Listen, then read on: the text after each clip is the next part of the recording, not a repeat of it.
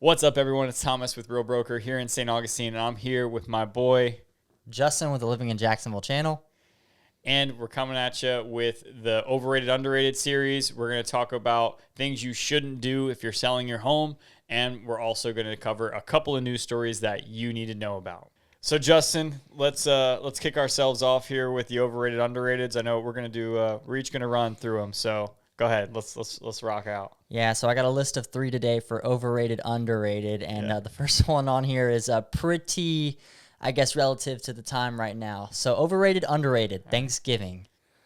Oh, I'm going to go, all right, so Thanksgiving's cool to hang out with family and stuff, but sometimes family can be super exhausting, right? So it's like, I feel like it's different, whereas like when you were a kid, you had to be there the entire time. Now I'm like, all right, I pop in for 2 hours and bounce. Like, that's ideal for me, but turkey as the main dish is super overrated. Turkey sucks. It's so dry. Like, I mean, if you're putting turkey up against anything else, turkey loses that battle, right? Yeah, like if you have you seen those memes where it's like you gotta leave one, right? If you put all the Thanksgiving like dishes on a plate or on like a meme, turkey's gonna lose almost every time. Like, it's losing to the mac and cheese. It's stuffing. losing to the mashed potatoes, the stuffing. Yeah. I'm even taking cranberry sauce over turkey. Yeah, for sure. Well, because cranberry sauce is like this, it actually hydrates you a little bit from the dry ass turkey. Yeah. So, I'm gonna say turkey, Thanksgiving, overrated. I'd have to say the same thing. So wait, I'm gonna hit you with that then too, right? Overrated. Yeah. All right, so overrated, underrated, Thanksgiving. Thanksgiving is definitely overrated, especially now that I'm 33 years old. Yeah. As a kid, it's cool and all. You get to hang out with all your cousins and everything. Yeah. But as an adult, man, Thanksgiving, historically, you go to, one household and you're like, oh, let me get a plate here. And then you go to another household and, another plate here. And then you got to go to your cousin's house and get a plate there. Yeah. Man, I just want to go to one place. And I barely even want to do that. Like, For sure. You know what I'm saying? Yeah.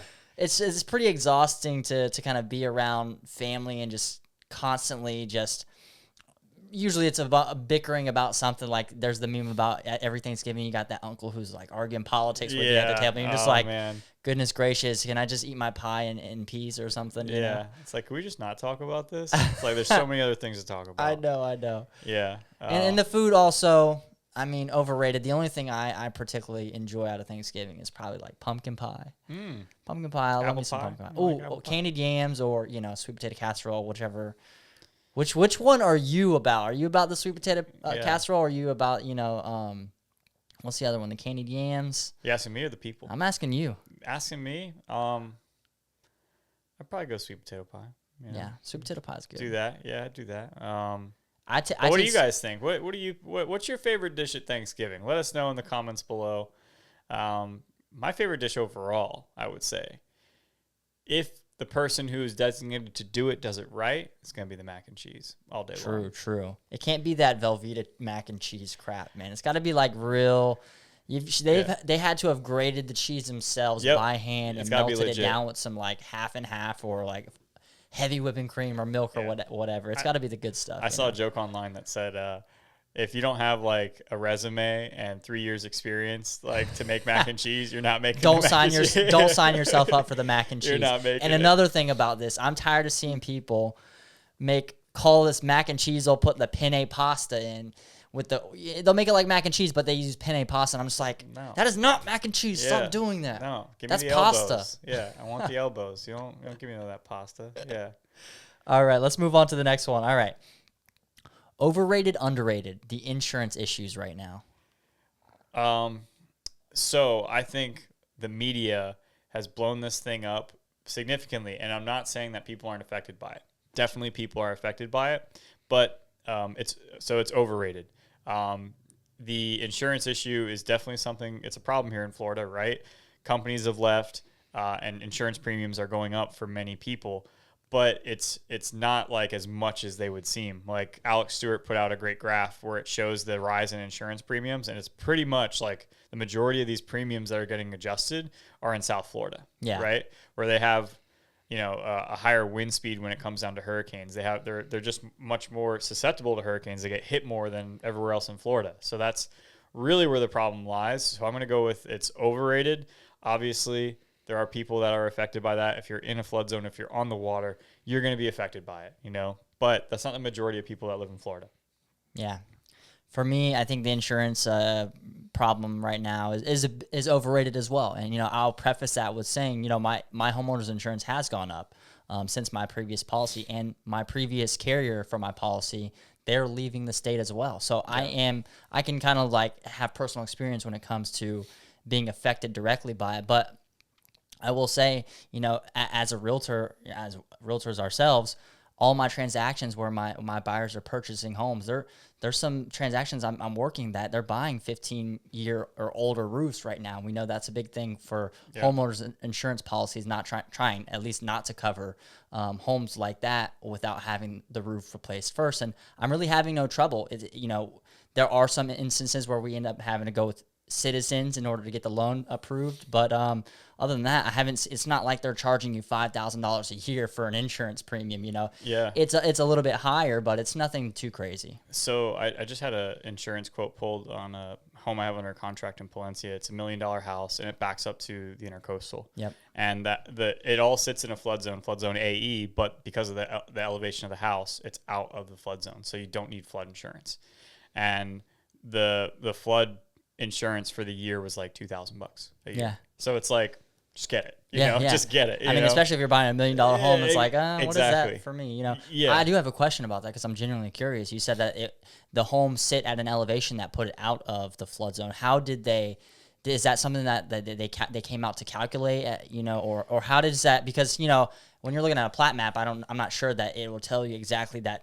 Let's say the house sits on a hill, it may not have that information. So how was that kind of found out in order to? Yeah, so you get just an elevation certificate, right? So typically, like this house was built in 2019, so they probably just had it from that. But you can have someone come out and get you a new elevation certificate, just tell you how high the house sits. And I can't remember how much feet above sea level it needs to be. I want to say it's 7 feet to where you don't need to have flood insurance. Right. I could be wrong on that, so don't quote me on that. But yeah, it's literally just that. It's a piece of paper. Like, here's the flood cert. Give it to the insurance adjuster, and they'll work their magic, Sweet. All right. Well, let's get controversial here. Yeah. I'm going to get a lot of... I got to say overrated, underrated for you too. So this next one. All right. I'll give you another chance. Yeah. All right, here we go. Overrated, underrated, Blue Angels, or air shows in general. This is definitely overrated, Thank you guys for your service. You guys are awesome pilots. Not doubting that. I think it's cool. I wish I could do it myself. Like if I was ever joining the military, I would want to be in the Air Force or in the Navy fighter jets, whatever division that is. I'd want to do that because flying those planes is badass. It's cool as shit. Yeah, for sure. The show, it doesn't interest me. Like I'm gonna go stand outside and watch these guys fly above me. Now give me some drone footage of that. Give me like a GoPro on like the pilots and the plane. I don't even know if it's possible on the outside of a plane with how fast they go. But like give me something like that. I'll sit at home and watch that all day long. To go out there and stand out there with a chicken with like, your mouth open and looking up, it's just not for me. Not for me. I'm not doing it. Yeah. So overrated, underrated, Blue Angels. What do you think? Overrated. And I'm not saying the pilots are not overrated. I want to preface that with, You're getting no military buyers this year. Yeah. They're counting me out right now. No, they're super skilled, like top 1% echelon of skillful pilots out there, I'm sure. Yeah. What they do is insane. However, I guess the air show, the experience of the air show as a spectator, super overrated. I mean, as a kid, it's cool, I guess. You see it once, you've seen them all kind of thing, Kind of like you said before, like fireworks. It's just like you seen one, you seen them all. I don't need to see it again. Yeah. And like the blaring loudness that just penetrates your equilibrium inside of your brain and causes you to, rupture blood vessels in your eyes. It's just hard pass. Yeah, hard pass. Overrated. Yeah, I'll sit at my house. I know I'm gonna get a lot of hate because if you are a Jacksonvillian, NAS Jax has always had those Blue Angels, airplane structures in the front at the gate. So, it's kind of a staple here, but I'm going to say that I'll pass. Yeah. It's like, I don't know, develop some UFO technology and I'll go and watch it. I don't know. I don't think it's that interesting. we'll get some hate on that for sure. Yeah. Well, let's hop into the next section here. I just recently put out a video and sending out some information to people that are selling their house. And a lot of people, and this is really aimed at the people who are thinking about selling their house on their own. And obviously there's money to be saved with that in terms of commission. At least that's what you think initially. But there's just a couple of things that people miss the ball on pretty heavy when it comes down to marketing their home on their own. Now I know I have a couple. What would you say are like 100% do nots if you're thinking about selling your house on your own? I'm going to throw an oddball in there. This you probably won't expect this one, but I think what you should not do when trying to sell your home is immediately go to Zillow and think that, this is the price I want or more, I think you really what you really need to do is talk to someone who's a market professional, whether that be, a real estate agent or a real estate broker, and have them let comparables in the area or in the neighborhood that makes sense for an appraiser to go out there and appraise the value of their home. Because at the end of the day, most of the time, if you're selling your home, the likely chance you're going to get, under contract with someone with a loan, right? And as we all know, you get a loan, you need an appraisal done on the home. So it kind of goes hand in hand when you're trying to evaluate a property. And a lot of things that I see it happen often is, people as a regular consumer who, they're not dabbled in the real estate field. They don't really follow it that much. They have their house and they follow things here and there. So they do look at Zillow and they're like, oh, Zillow's telling me, my Zestimate is X amount. And they kind of run with it, And then if they hear, something from a professional that says otherwise to that, they might get a little hostile or they might be a little bit combative when it comes to having that conversation with them. So they only trust his estimate when it's higher than what they want, right? Exactly. It's never like if his estimate comes in lower, they're like, nah, that's wrong. That's true. Confirmation bias at its finest, right? Yeah, for sure. Now that's a really good point, because the Zestimate, and I'm not saying it's not a great tool. It is a great tool to useful. A point, and to give you a roundabout idea, right? But if you're looking to put your home on the market, and I think a lot of people think the list price is what they're going to sell for. No, the price that you advertise your home at is your marketing price, exactly. Right? It's not what the house is going to sell for. If you know that on average, in our market, things are selling at 97% of list price, right? Yep. Well, that tells you right there, you're going to give 3% away. So how can you mitigate that negotiation, right? Is that by pricing it higher? No. Well, they're going to bring you down to the market and bring you back to reality, or you're going to sit, So yeah, I think it's a good tool. I don't think it's something that people should rely on. One thing I will say is if you're dead set on not using an agent, you can do a broker price opinion. Yep. So you can reach out to an agent that you trust, reach out to me, whatever. I'll charge you money for it. It's fine. To put together a broker price opinion so that they'll tell you, hey, these are the comps. This is what we have access to. I think based on what you're going to be selling, you'll be somewhere between X and Y. Yeah. That's probably the best thing you could do. Or even just pay, you're going to sell your home, what's a couple $100, $600, $700 max maybe for an appraisal. Just pay an appraiser to come out and appraise your home. Then you'll know whenever that your agent tells you that it should be this price, that appraisal, you can't really argue with it too much, That's true. Well, here's what I would say with that, because we talked about how appraisers can suck big time on this pod. But I would say do your research on what appraiser, how much history they have, how good they are at their job. That's a lot harder to do than working with a real estate agent, because I don't know where I'd find that information. You know? How spot on are they with their appraisers? You'd probably just ask another realtor, hey, who's in your pocket when it comes down to if you're going to an appraiser, who's that, right? You get a forum of a couple of realtors, probably be the best way to go. Right, because typically, when your buyers are purchasing a home, their mortgage companies are the ones who are hiring the appraisal. So you typically don't really have access to choosing, or the buyer or yourself don't have access to choosing what appraisal company is actually going out there to do the appraisal. So yeah. Kane told me, though, that, and this is something that we're working on, is getting a board of appraisers. So if you're a LO, you can have a board of appraisers where you can essentially put it between these 5 appraisers, right? So it's like I work almost like a preferred like short list, essentially, right? yeah, like a short list of appraisers, because there's appraisers that straight kill deals, like and Oh, absolutely. not in a good way at all. We've like, had it done before, you know. We've had problems. We all have had problems with appraisers where it's like, dude, like, what are you looking at? Like, and it's crazy. It's like the buyer wants to move forward, the agent says everything's good, the seller wants to move forward, the listing agent says everything's good, and it's like, all right, so you got these 4 people who are like, hey, we're all good on price, and the appraiser's like, nah. It's like, all right, It's like, why? Why is your opinion better than all 4 of ours? You know, I don't get that. But either way, another thing, I mean, I thought you were going to touch on this. I thought you were going to touch on like, hey, at least do professional photography. I was going to let you do it, kind of like plug me in there, but yeah, no, I mean, like that's like the biggest thing is you look at these houses on Zillow, and we'll get into that. That's the biggest one. We'll talk about putting your house on Zillow, but that don't even do professional photos. And it's like you're trying to sell your $750,000 house with your phone camera. And hey, the phone cameras are great these days, but they ain't that great. They're not that great. And then on top of that, it's like you don't know how to take a photo. Like, and it's not. It's simple, not easy, right? Exactly. You know exactly what to do because you've done it 1,000 times, right? I just like to say if you hire an agent to sell your home and they come in to take photos with their iPhone, please, please, please fire that agent and find somebody else. Yeah. Because I promise you, it really doesn't make sense why they would come in and try to offer that service to you for selling your home. For 5%, 6%. It's just like, it's kind of insulting. If you ask me, I think that's quite insulting. It is. Now, there are instances where people are selling, like distressed investment properties where it makes sense to do something like that.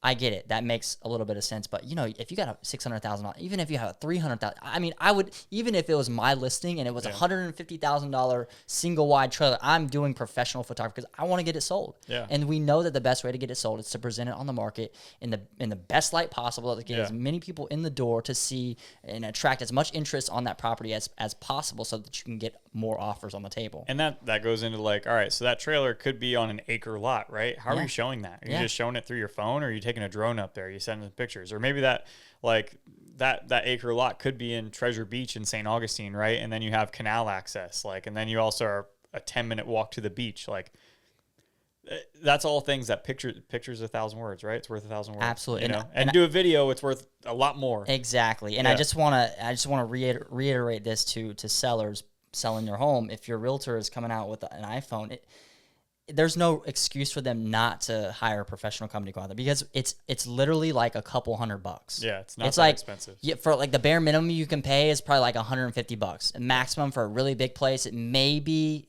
upper echelon of companies will charge $500 for real estate photography, but they're getting so much in commissions that it really doesn't make sense for them not to reinvest that into your property, into your listing. 100%. So no photos, no go. Yeah, for sure. I agree with that. Now the next thing is like, all right, so you're going to put your house on Zillow, right? And it's free. It's great. It's fantastic. It's free.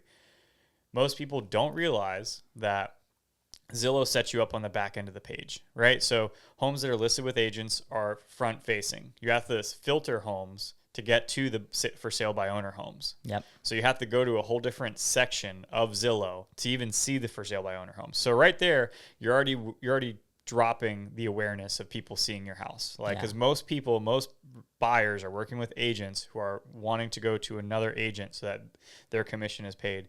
And that's not necessarily a guarantee with a lot of the FSBO agents or FSBO sellers. On top of that, if you go to do it. If you're thinking about selling your house, go on Zillow right now. Go on Zillow right now. Follow what I'm saying. Go to the tab, go to the for sale by owners, click on the listing, and then see what button attracts your attention the most. It's the contact agent button. Yep. Zillow sells leads to agents.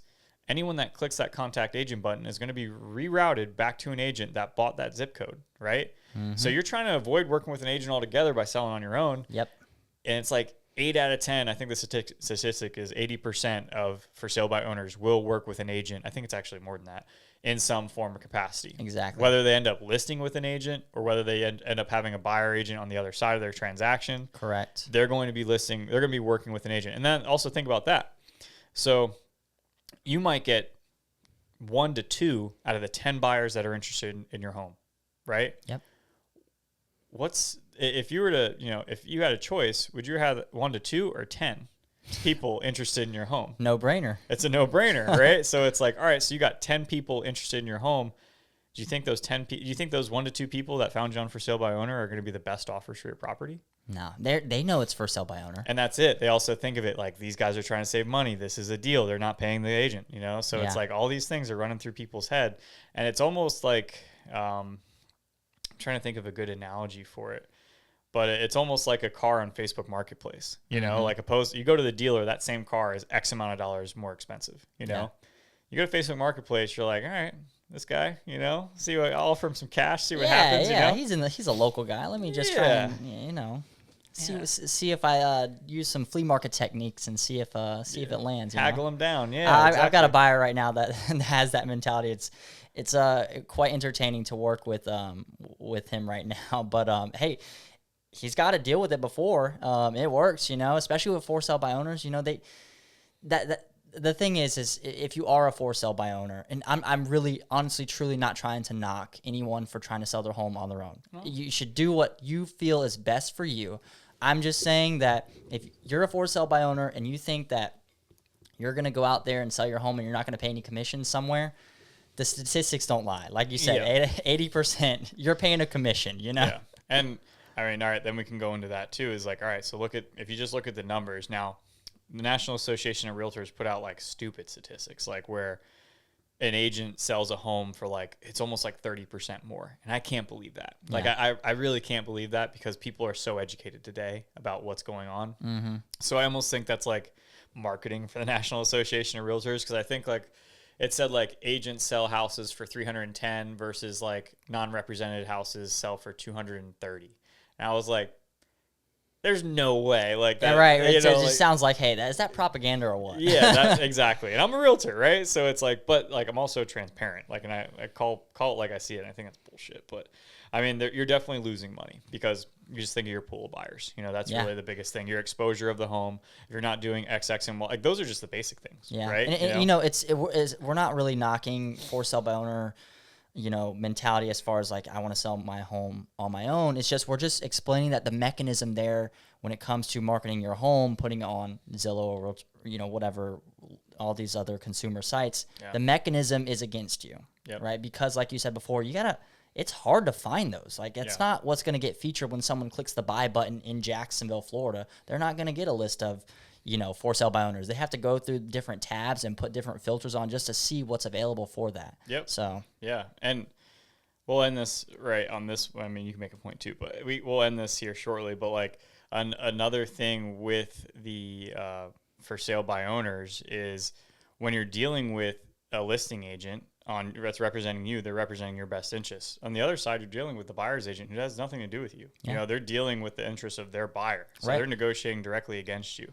So it just doesn't behoove the average person to do it. There's that, and as well, a lot of times if you are a for sale by owner, for example, and you get an agent to come in with their buyers wanting to purchase your property, that agent's not going to be so happy with, you trying to offer them, less than what they're normally getting, especially in an instance where they're having a middleman between the whole transaction for you as a seller and for their buyers as well. Not only are they not really negotiating in your best interest, but they also have to do both sides of the deal on their own, Sure. So a lot of times you'll see these agents really negotiate hard and try to get, their fair share, rightfully so. They're doing more work, so it only makes sense. So at the end of the day, if you're for sale by owner and you're thinking that you're going to sell and not give out commissions, it's just statistically unlikely. Yeah, more than likely it's going to happen. And it's like, I think the Zillow does such a good job of marketing, like, hey, like we're here to help you out. But it's like in reality, the whole business model is built off of selling leads to agents. Exactly. So it's like their business model is not that, guys. It's not to give it to you for free. There's a cost. The system is against you. It is for sure. So let's get on to the next thing. Justin, we were talking about earlier, and you're bringing up what was going on in Jacksonville. Can you touch on that? Yeah, so River's Edge is a big commercial residential project over in downtown Jacksonville off the South Bank, and And they got some big news is that they're building out 4 parks down there, which they plan to have done by the end of 2024. That may be a little ambitious. And just to explain what that really means is River's Edge is kind of, a commercial residential project that's coupled with all the other developments in downtown Jacksonville. Currently, downtown Jacksonville is probably going through some sort of, like a revivalist type renaissance thing where, there's projects to redo the stadium to make it like new and modern, and there's the Four Seasons development over there off the South Bank as well that's supposed to bring a lot of industry and hospitals and commercial and residential spaces.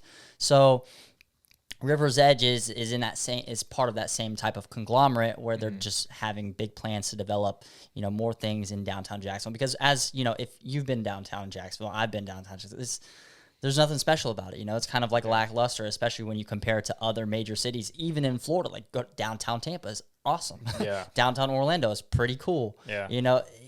Miami, self-explanatory. We fail in comparison to a lot of those other downtowns, especially in our own state. So it's nice to see that there is at least some updates on certain developments in that particular area, because downtown could be great.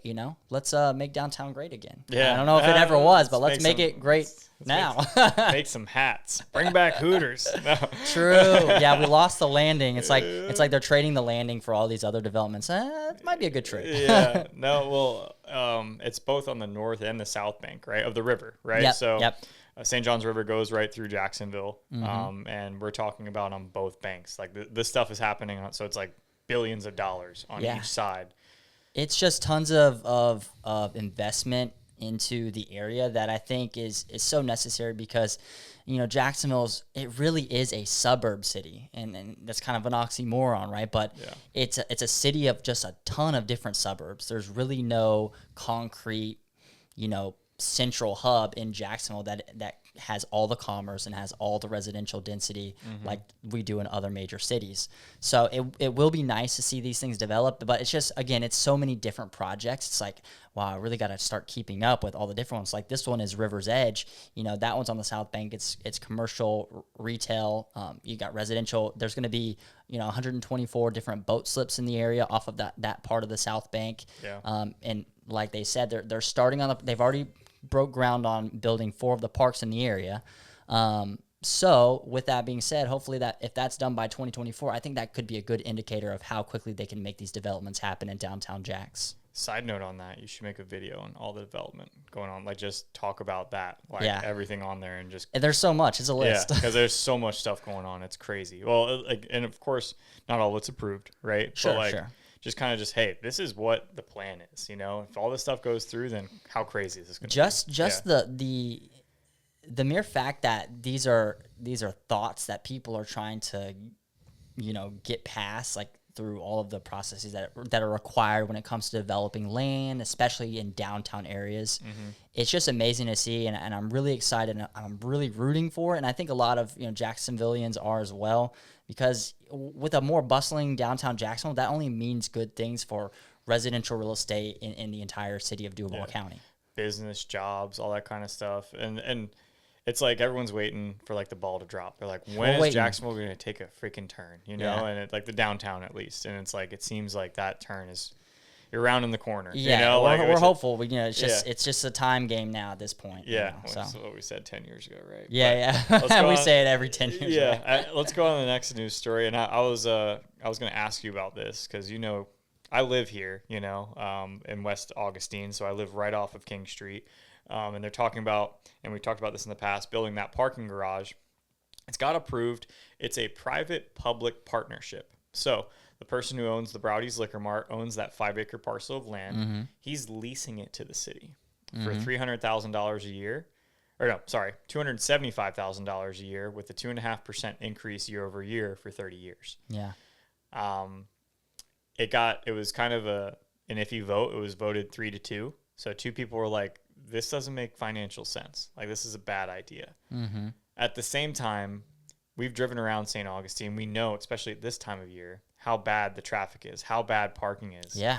I just talked to Jeremy, and he said that he almost got in a fight with someone over parking here because they were standing in the space. He's like, hey, can I park there? And they're like, no, we've been waiting here 45 minutes. F off, all this kind of stuff. It's like, Jesus, like you're here for Night of Lights, like relax, Oh Yeah.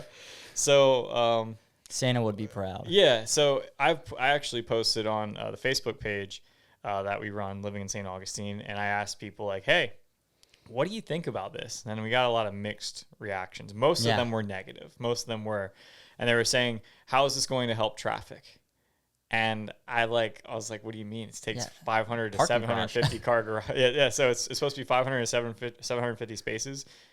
It's going to eliminate those cars from the road. By so definition, it is a solution to that problem specifically. And they're like, no one's going to park there and walk over. I'm like, it's called a shuttle. It's called they might walk because it's not that far. It's really not. It's probably 3/4 of a mile to downtown from there. Yeah, it's nothing. Maybe even half a mile because I run that. So it's for me, from my house, it's a mile straight to down, like the governor's house downtown. Mm-hmm. So and then of course they're like, you don't even know what you're talking about. Like, have you ever driven there at rush hour? I'm like, I literally live right here. I live across the street. Yeah. Ma'am, I live across the street. Like, I'm directly affected by Night of Lights. Okay. I know what I'm talking about. So, so yeah, that got approved. It's moving forward. That won't be completed for I think 2 years though.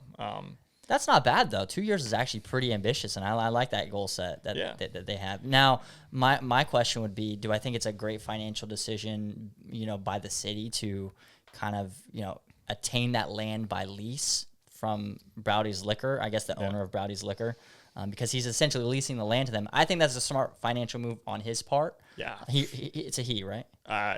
Not a Zazer? I don't know. I don't want to assume anymore. Let's not pigeonhole ourselves here, Justin. All right. No, I believe it is. They won't watch to the end I think anyway. It's Mr. Browdy, yeah. So everyone will skip this part, yeah. So here's what I think. Because it's a 5-acre parcel, the original plan was to include commercial space, parking, a railway station, and residential spaces, right? Yep. So what I think is the reason they're so gung-ho on getting this move forward is, one, they need a parking garage. Yeah. They definitely do. There's no secret there. They 100% need one. But why they're okay with leasing it is Mr. Browdy is doing all the development, so he's making money on both ends. He's going to develop it. But I also think it's because they want to push that railway station, So it's like then they're invested in that parcel, right? For sure. So that's kind of my thinking on it. I don't know. I don't have any insider knowledge on that. It's just from what I've been following. But that's what I think about it. I think that's probably why they're doing it and why they're okay with the money. It seems mutually, beneficial for both parties. It being, the local, city government and I guess Mr. Browdy, that both of them partake in it in a sense where Mr. Browdy is leasing it to them versus selling it to them. Because at the end of the day, if any government locality wants to take anything, they can by eminent domain. And the fact that they haven't done that shows that they're not really overstepping their bounds and they're actually compromising, because that space is essential. And Mr. Browdy, I know you said in the past, has been very optimistic. Like, yeah, I would love to, that's great. He's a big component of your city of St. Augustine. So he wants to see the better development of the area as well. And there's no question he's making a boatload of money. Oh yeah, right? Of course. But that, as he should though, he should. That's his land. It's his land, and he's doing something for the community. He's making a boatload of money. It's great for him and his family, right?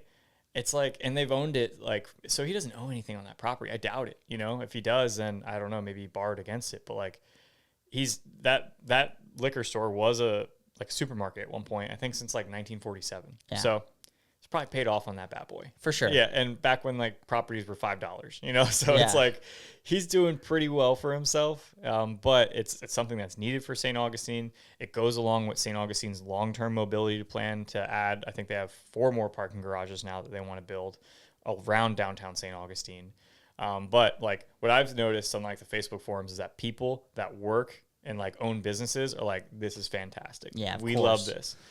Because these are the people that are very affected by the type of traffic and commerce in the area, if you will, right? Because a lot of local businesses, they're going to want more parking. They're going to want the availability of bringing in more foot traffic as possible to support the local economy. And that's one of the reasons I bought over here is because I heard about the railway station, I heard about the parking garage, and none of this was approved, but I felt pretty strongly like, hey, they need it. They're probably going to move forward on something. Yeah. So like all of this signals to me that they're doing everything they talked about. Like it's in the works. It's just not happening right now. They needed the parking garage, so they pushed that forward, right? Everything else I think will come. The residentials, the commercial, and the railway station. I think that's all going to come.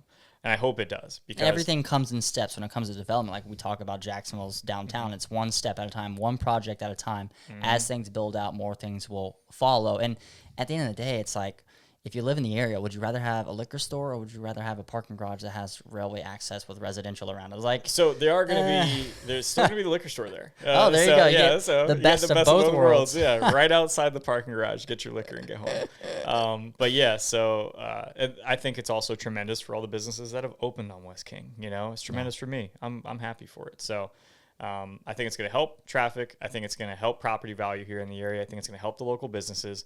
And it's crazy that people even complain about a railway station. They're like, oh, this is going to add to the traffic. It's like, it's public transportation. Did you realize that St. Augustine was pretty much like, yeah, okay, it started in 1565 by the Spanish. Really nothing happened up until like the 1900s when Henry Flagler started to develop the city. Right. The railroad magnet, right? And they're like, we don't need a railroad. It's like, it was here. Like, it was here and it got rid of it, you know? Like, it... So everything moves forward. The idea that a city or a place is always going to stay the same is just, it's a little bit delusional. And I think, you got to get with the times and embrace the future. And the future is people want to move to St. Augustine and people want to participate in the local economy. People want to bring wealth to the area. Yeah. And that's something to embrace and help facilitate, in my opinion.